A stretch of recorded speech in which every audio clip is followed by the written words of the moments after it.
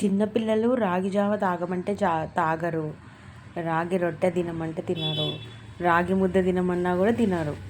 కాబట్టి ఇట్లా మనము రాగి పిండిని నెయ్యిలో వేయించి బెల్లం కలిపి నెయ్యితోటి ఇలా ఉండలు కట్టుకొని లడ్డూల్లాగా చేసి వాళ్ళకి రోజుకొకటి ఇచ్చారంటే ఐరన్ డెఫిషియన్సీ అస్సలు ఉండదు.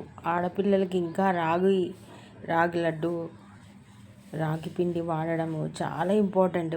ఇప్పుడు జనరేషన్లో అసలు గాలి బాగాలేదు, వాటర్ బాగాలేదు, వెదర్ బాగాలేదు, ఇంకా మొత్తం గాలిలో రేడియేషన్ ఉంది.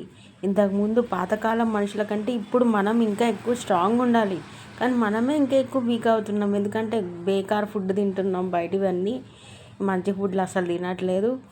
ఇలాంటివన్నా కొన్ని చేసి పెట్టుకొని రోజుకి ఒకటి తింటే మనకు ఈ బయట ఉన్న అంత వాటికి తట్టుకునే శక్తి బాడీకి వస్తుంది. ఒకసారి ఆలోచించండి, మంచి ఫుడ్ తినండి.